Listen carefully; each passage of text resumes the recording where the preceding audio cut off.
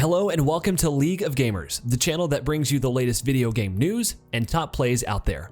Slaher's Keep is a cartoonish hack and slash first-person game where players can choose different characters by unlocking them throughout the game.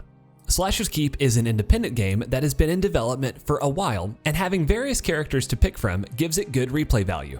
The Diablo-looking inventory system with an old-style Doom feel combined with a mix of unique gameplay gives it some interesting takes with the new origins. Today, we'll be looking for tips and tricks for beginners to play Slaher's Keep and to get some fun. We're bringing more entertaining content for you today, so don't forget to subscribe to League of Gamers for more up-to-date and entertaining videos. Just one click on the bell icon and stay with us. Now let's begin with Slaher's Keep tips and tricks for beginners. The premise of the game is simple. You have to fight your way through a dungeon, Slaher's Keep, with the floors getting more and more difficult the further you progress. When you die, you lose 25% of your gold, levels, and stats. All of your carried equipment is lost, and your level progress is reset to 0, and you have to restart your conquest again from the beginning of the keep. Number 10. Use of Quickbar. To equip and manage your loot, press Tab. Your unequipped loot is in the right window, and to equip it, simply click and drag the piece in its according slot in the left character inventory. To assign an item to your Quickbar, bottom of the screen, hover over the item and press the number key you want to assign it to. Most of the things in the inventory window are self-explanatory. Just hover over the corresponding item or stats for more info. Number 9. The 2 combat strategies. Now that you have a weapon equipped, exit your cell room. Slaher's Keep is a hard game, so you should fight enemies one-on-one, at least in the beginning. There are 2 basic main ways you can fight. Fight the enemies up close by parrying their swings and by pointing your weapon in the direction of their attack while holding right mouse bumper, and swing at them when you don't parry. Simple enough. Kiting, my favorite method. You can charge up your attack by pressing and holding left click. You can use the combo to charge an attack, sprint to an enemy, and slash them in the face, sprint away, and then repeat. A sprinting attack gives a huge bonus damage as it does a face hit. This tactic works wonderfully with a slow and heavy weapon like a mace, since you'll have more than enough time to charge up every hit. Number 8. Use the inventory sack. By pressing F, you can swing your inventory sack at the enemy. This knocks them back and interrupts their attack. There are many spikes, pillars, and walls and drop-offs everywhere in the game. If you lure the enemy close to one, you can parry their attacks and then push them into the spikes or the abyss or a trap for an instant kill. This is very powerful, especially in the late game where enemies become more annoying and tanky. Number 7. Use your wands smartly. Magic wands are your ranged weapon. However, they're never the main weapon. The ammo they consume is too much compared to their killing power, so you should use them wisely. For example, you can use your wand to lure enemies out of a room if you fear being swarmed. This allows you to fight them one-on-one. Alternatively, you can use your wands to kill fragile but annoying enemies. But be careful, if you use your last shot with a wand, it will break. Number 6. Understand the different rooms.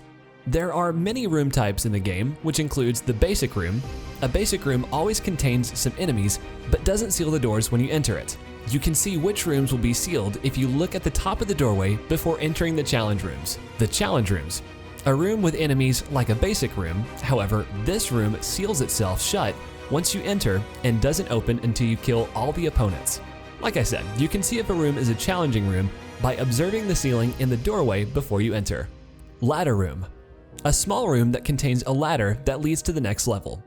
It's often locked by a gate that requires a silver key. It's marked by a green arrow pointing upwards on the minimap. Secret rooms. Only available once you press a red button, marked on the map as a red button, thank God, opening and pulling a mechanism not on the minimap, or by lighting all the torches, which appear on the minimap, only found in the second area. There will be a message. You will hear the sound of machinery. A hidden door tunnel icon will appear on the map where the door to the secret area opened. Otherwise, you'll have to search for the activated secret. Spike room roof. You'll encounter a spike roof room only in the second area. Everyone gets nervous the first time when you see it. The floor of this room is a pressure plate. When you're in the room, the spiky roof descends to impale you slowly. The room is basically on a timer. Alright friends, hope you're enjoying the video. If you are, what are you waiting for? Go to subscription and press the bell icon to subscribe to League of Gamers and be notified when our next video is live. And keep watching. Number 5. The keys you'll encounter. There are technically 2 types of keys you'll encounter. A silver key, which you'll often need to open the locked gate to the next level, It spawns randomly, often looted from the Armored Goblin mini-boss, on a random enemy in the dungeon, or having to be reached by solving a platforming puzzle. The silver key is marked as a silver key on the minimap once you've been in the room it's in. A copper key. This key unlocks the closed optional gates that contain loot and give XP upon discovery. These are dropped by a random enemy and are not marked on the minimap.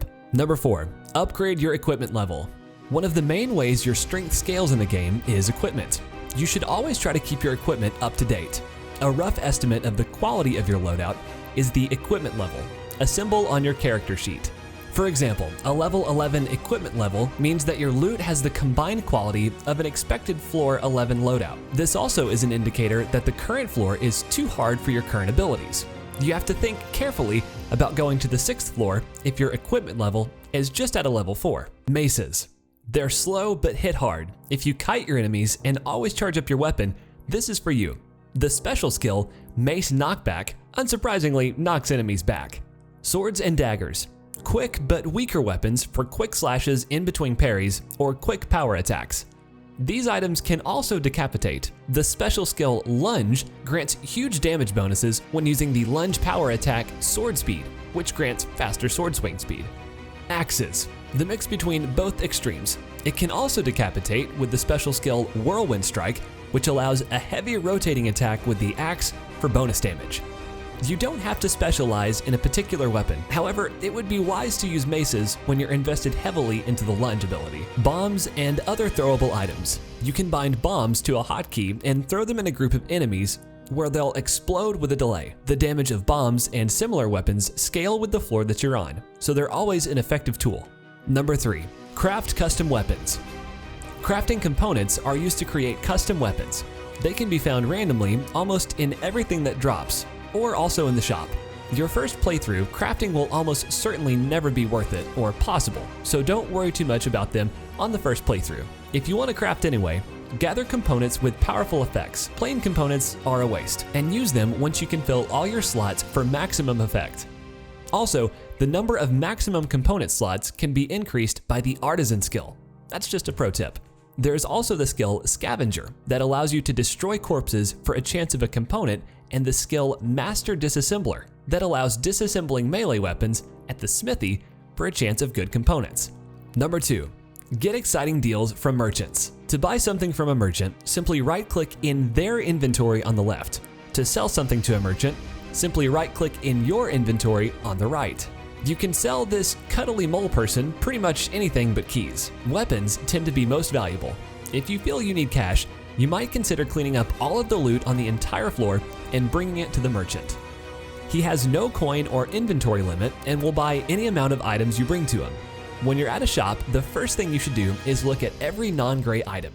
It doesn't matter if it's a wand and you don't want a wand, nor does it matter if it's a helmet and you already have an amazing red helmet. You're looking at skills and only the skills. Since you can perma-learn any of your skills you currently have from equipped items, it's a perfectly valid strategy to buy a crappy item because it has a good skill on it. If the skill is good enough, you might even consider taking a blade, or axe head, or mace head, just whatever, just to make the weapon to equip and permanently learn the skill. Number 1. How to get the 4 alternate origins in Slaher's Keep. The most straightforward origin to acquire in Slaher's Keep is the Demon origin.